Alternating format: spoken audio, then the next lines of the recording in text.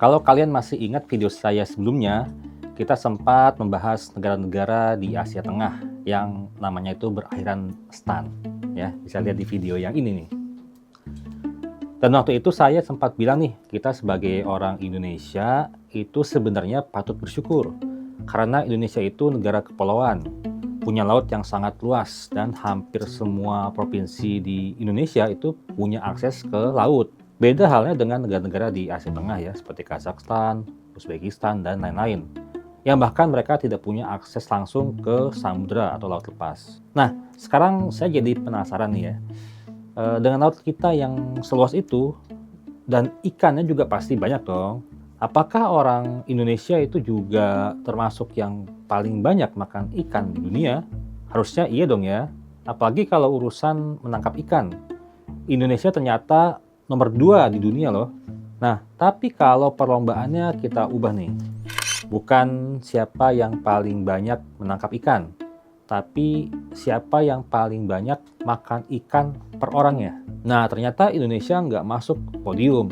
Bahkan kita kalah dari negara tetangga. Nah loh, kok bisa ya? Nah, kita lihat datanya yuk.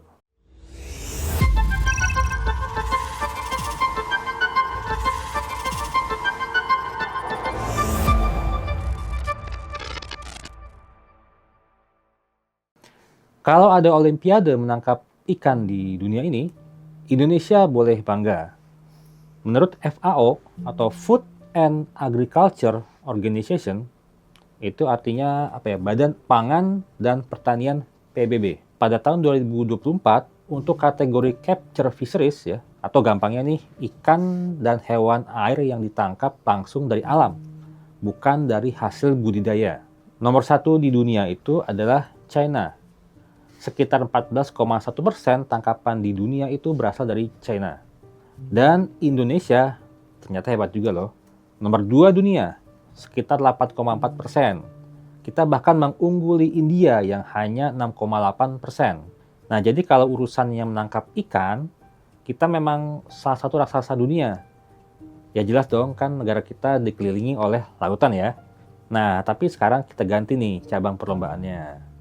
Nah, sekarang bukan siapa yang paling banyak menangkap ikan, tapi berapa banyak ikan dan seafood yang tersedia untuk dikonsumsi oleh setiap orang dalam 1 tahun, atau istilahnya per kapita. Nah, artinya jumlah keseluruhan dibagi dengan jumlah penduduk. Saya pakai data dari Our World in Data dengan sumber aslinya dari FAO. Untuk tahun 2022, juara dunianya itu ternyata adalah Islandia. Bagi yang belum tahu nih, Islandia itu negara pulau kecil lah di kawasan Atlantik ya, utara. Dan dia termasuk kawasan Eropa. Nah, angkanya sekitar 85,4 kg per orang per tahun. Nah, 85 kg itu mungkin agak susah dibayangkan ya per tahun ya. Kita bagi aja sih 365 hari ya. Kira-kira setara dengan 234 gram ikan per orang per hari.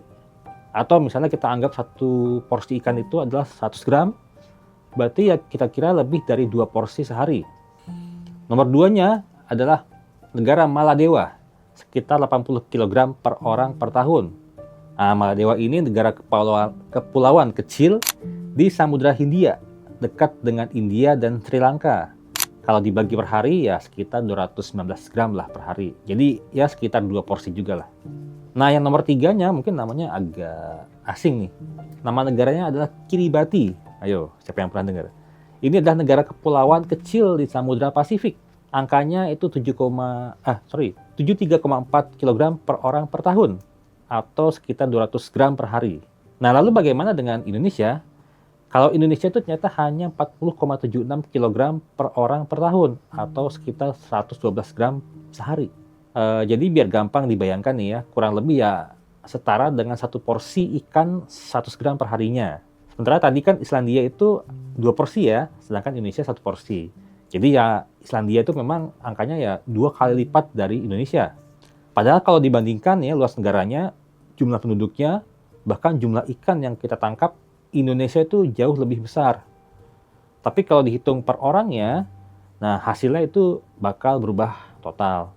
Dan sebenarnya sih kalau kita lihat tiga negara tadi yang saya sebutkan ya, Islandia, Maladewa, Kiribati, itu ada satu kesamaannya. Semua merupakan negara atau kepulauan yang kehidupannya memang mungkin sangat dekat dengan laut.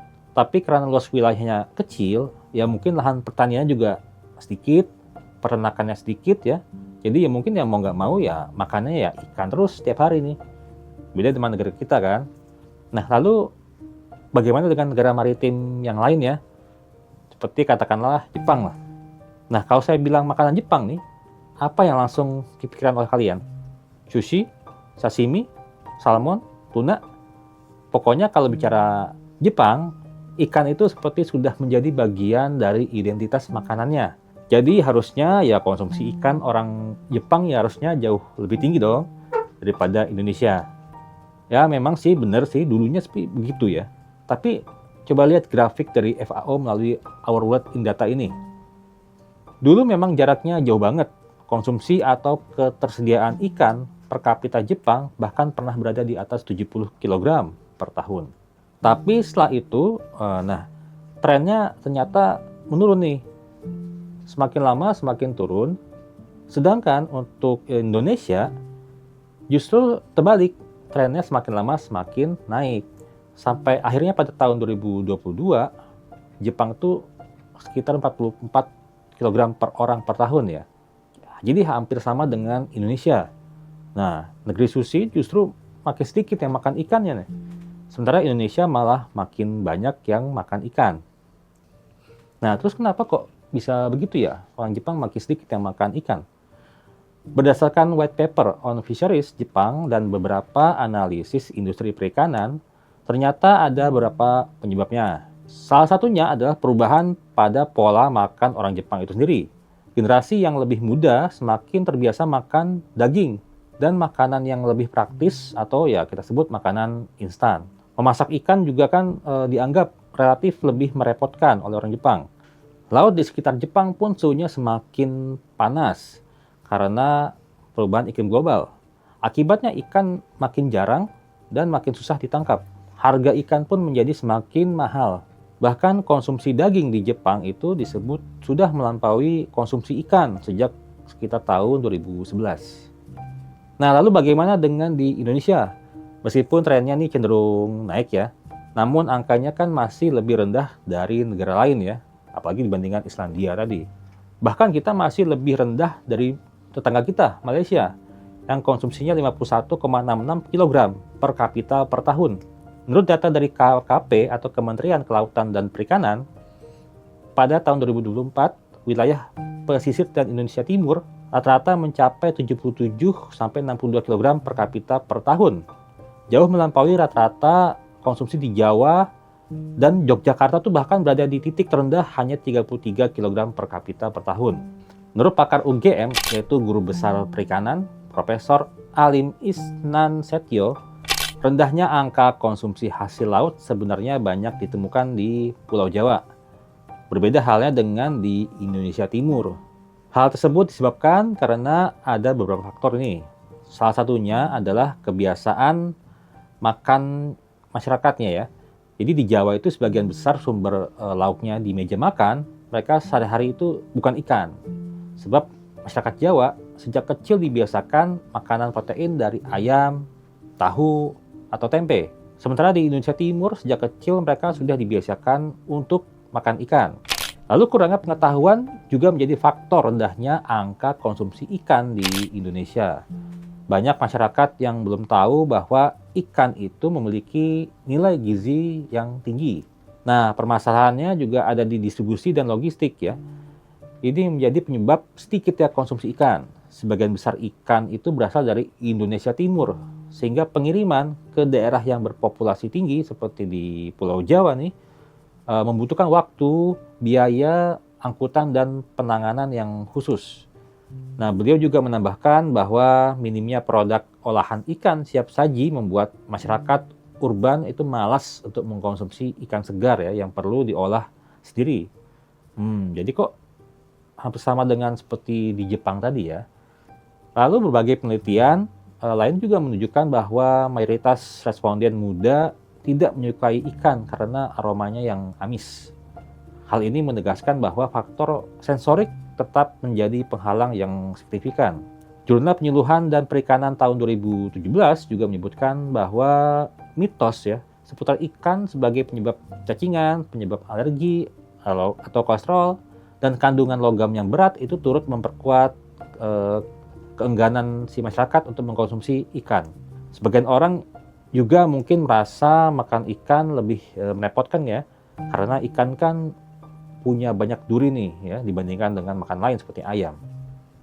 Nah, jadi kalau benar-benar ada Olimpiade ikan dunia, ternyata medali emasnya bisa pindah-pindah nih.